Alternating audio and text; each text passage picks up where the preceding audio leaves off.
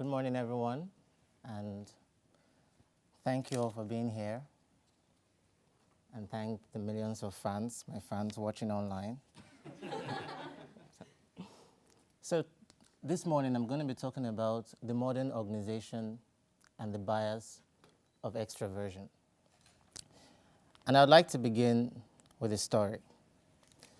Now, earlier this year, in the month of February, to be precise, I was unemployed and I was looking for work.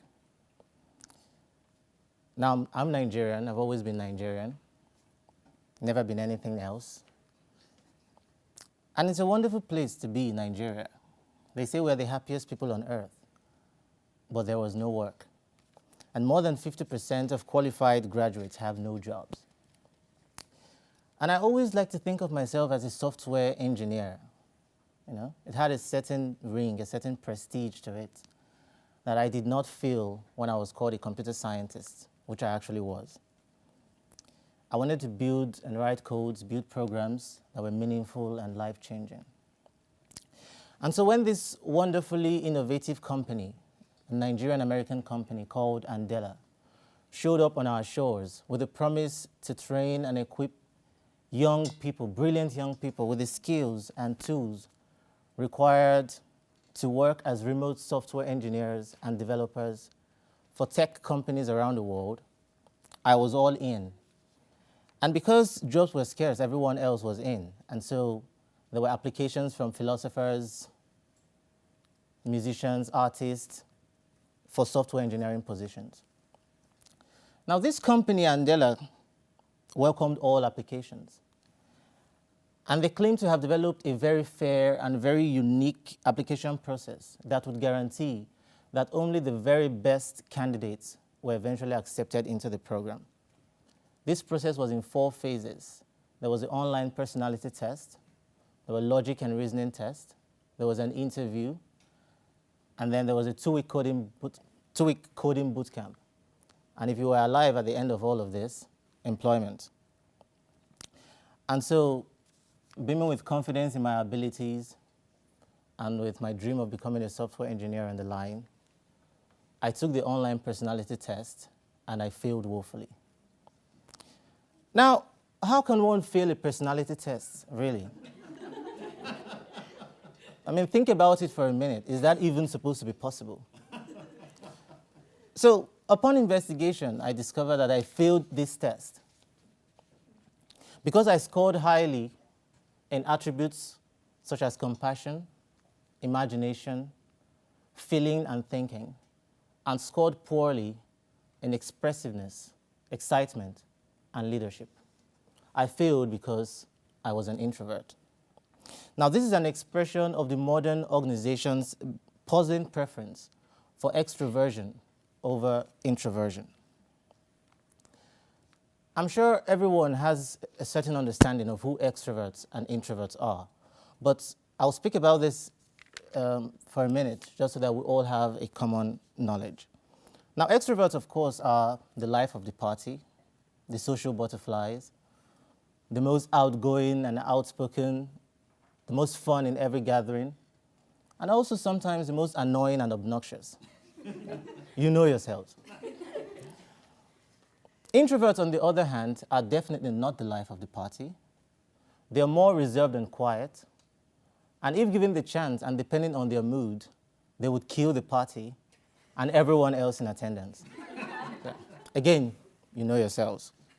So the telling difference between extroverts and introverts is that while extroverts require a lot of stimulation from the environment and from the people within it to feel and give their best, introverts require much less of such stimulation.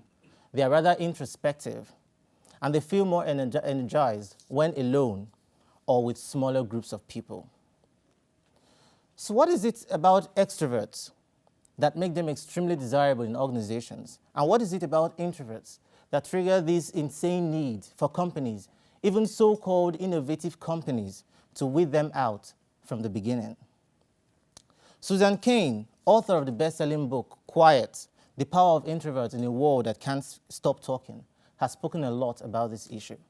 She observes that to some extent, the preference for extraversion is part of our cultural DNA, that because of our cultural ideals, we are more prone to favor the man or the person of action over the person of contemplation.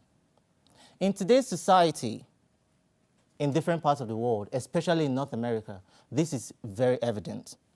The baby who smiles often and for no reason is loved and cherished by parents and strangers alike, and the one who is more thoughtful about how they use their smile is considered defective. The child who plays cheesy pranks on friends and parents gets 1 million views on YouTube, gets invited to the Ellen Show, while the one who sits in their basement and makes digital clocks in pencil cases is ignored, or worse, accused of making terrorist bombs. You see it in schools, where the child who sits alone, having a good time with their crayons and paper, making drawings of gardens and other cute things, is encouraged, sometimes even forced, to join the other children running around aimlessly as though the world was coming to an end. You see it at the University of Waterloo Stratford campus, where marks as high as 20% are awarded for in-class participation, so that while the extrovert, who is known for speaking before thinking, is in his natural habitat, the introvert, who would rather contemplate and organize their thoughts before presentation, is not allowed sufficient time to do so.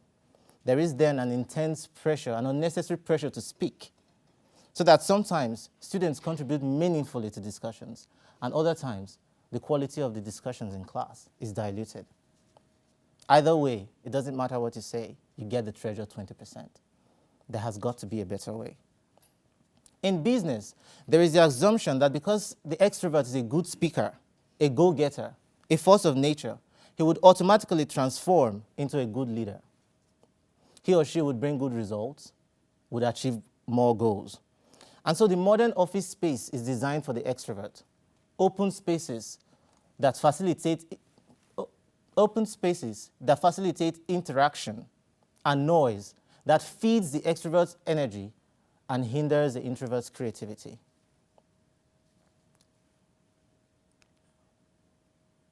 And so, after a few days of feeling depressed and shedding a few warm tears and wondering what would become of my dreams of becoming a software engineer, I decided to reapply for the Andela Fellowship. But this time, like many smart introverts before me, I chose to hide my personality, to fake my way to glory. I retook the online personality test, ticked all the right boxes, and passed with flying colors. I blazed through the reason and logic test. I smiled like a fool during the interviews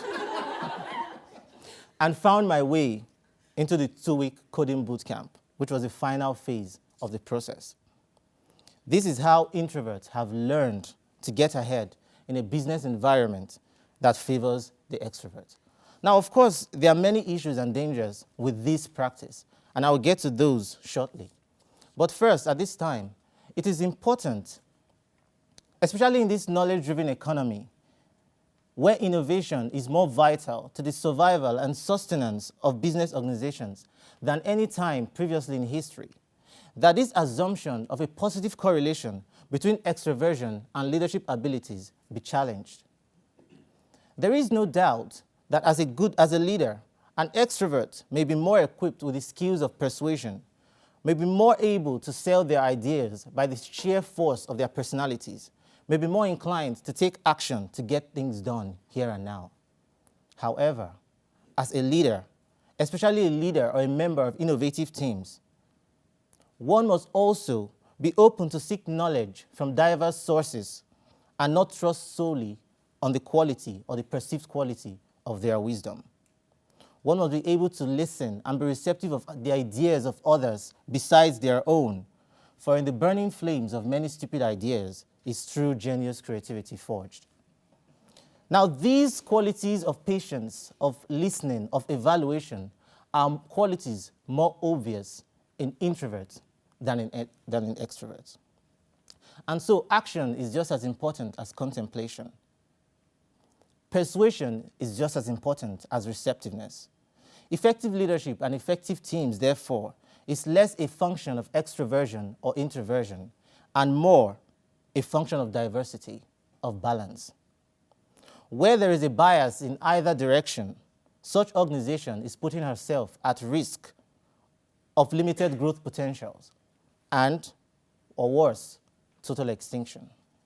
This is inherent danger that the bias of extraversion poses for organizations. Now, to end this very captivating story of my quest to become a software engineer, I eventually made it into the company, but it was neither easy nor straightforward. While the outgoing, outspoken fellows got noticed and received higher rankings because they spoke very often, at the end of the first week of the bootcamp, I was at the bottom of the cohort because I spoke less. My saving grace was the final project during the second week, where everyone was expected to deliver a complete solution to complete software solution to a business problem. Now, sensing I was in danger of being evicted and out of desperation, I chose to do the most difficult and the most challenging topic, and somehow I was able to deliver the best result. And so I was among the 8 chosen candidates out of a pool of several thousands. So if you're wondering why I'm here taking the MDI program and not living the big shot software dream somewhere, that's a story for another time. But I have chosen to share this story, firstly, to let you all know how incredibly smart and resourceful I am, but perhaps slightly more importantly, to illustrate the problems that the bias towards extroversion poses for the introverted employee and also, consequently, for the business organization. Not only is diversity, which is important for innovation, not being accessed, the company that favors extraversion is also limiting themselves from being able to access a pool of potentially talented people that would provide the needed human resource capital to move such an organization forward.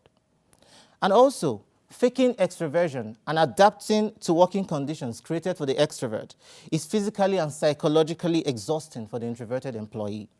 It stifles their productivity and hinders creativity, so that the organization in the end is not getting the most value that it could have from their employees. So, how may we begin to change things? Now, first of all, I think whoever included personality tests as part of hiring processes should be found and hanged. They don't deserve to live. But almost every organization is guilty to some degree of the bias of extraversion. And the first step, I think, in solving this problem is indeed recognizing that there is a problem. Organizations must recognize and extol the value of silent contemplation, just as they do loud and demanding voices. For indeed, there is no correlation between the speed and frequency of speech and the brightness of the ideas produced.